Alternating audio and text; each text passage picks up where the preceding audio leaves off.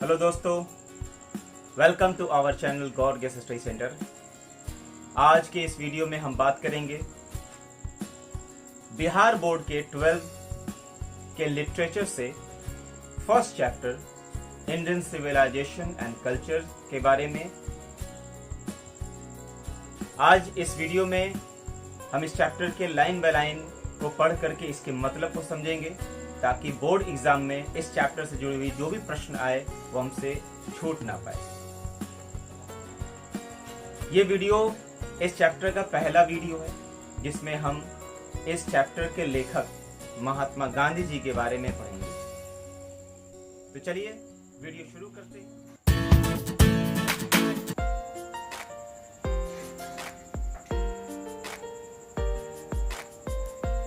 Mohandas Karamchand Gandhi, 1869 to 1948, popularly known as Bapu or the father of the nation, was more a spiritual leader than a politician. He successfully used truth and non-violence as the chief weapons against the British rule in India and helped India gain independence.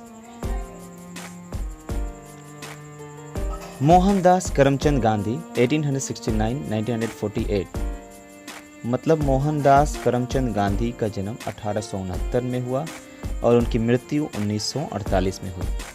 Popularly known as Bapu or the father of the nation, was more a spiritual leader than a politician.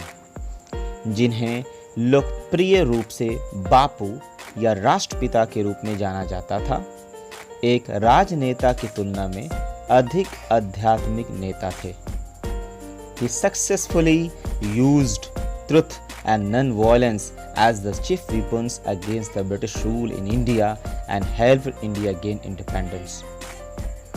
उन्होंने भारत में British शासन के खिलाफ मुख्य हथियार के रूप में सत्य और अहिंसा का सफलतापूर्वक उपयोग किया और भारत को स्वतंत्रता प्राप्त करने में मदद की।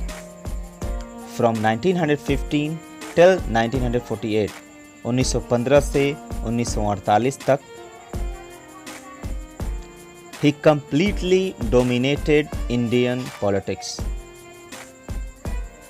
वह पूरी तरह से भारतीय राजनीति पर हावी रहे।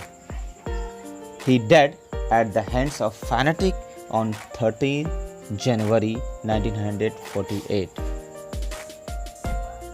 और 30 जनवरी 1948 को एक कट्टरपंथी के हाथों उनका निधन हो गया। His autobiography, My Experiments with Truth, and the numerous articles that he wrote for Young India and the speeches that he delivered on different occasions revealed him not only as an original thinker but also as a great master of chaste idiomatic English. उनकी आत्मकथा My Experiment with Truth और कई लेख जो उन्होंने young India के लिए लिखे थे और जो भाषण उन्होंने विभिन्न अवसरों पर दिए थे, उन्हें न केवल एक मूल लेखक के रूप में प्रकट करते हैं, बल्कि यह भी एक महान गुरु के रूप में जो पवित्र मुहावरदार अंग्रेजी के मुहावरदार के रूप में भी प्रकट होते हैं।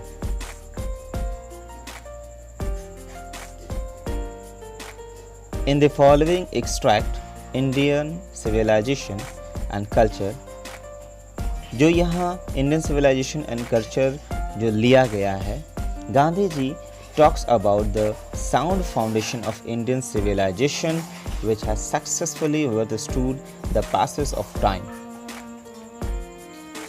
भारतीय सभ्यता और संस्कृति के बारे में जो यहाँ लिया गया है, गांधी जी भारतीय सभ्यता की ध्वनि नींव के बारे में बात करते हैं, जिसने समय बीतने के साथ सफलतापूर्वक समाप्त कर दिया था। The Western civilization, which has the tendency to privilege materiality, cannot match the Indian civilization that elevates the moral being. पश्चिमी सभ्यता जिसमें भौतिकता का विशेषाधिकार है, विशेषाधिकार की प्रवृत्ति है, टेंडेंसी है, वह भारतीय सभ्यता से मेल नहीं खा सकती है, जो नैतिकता को बढ़ाती है। Thank you.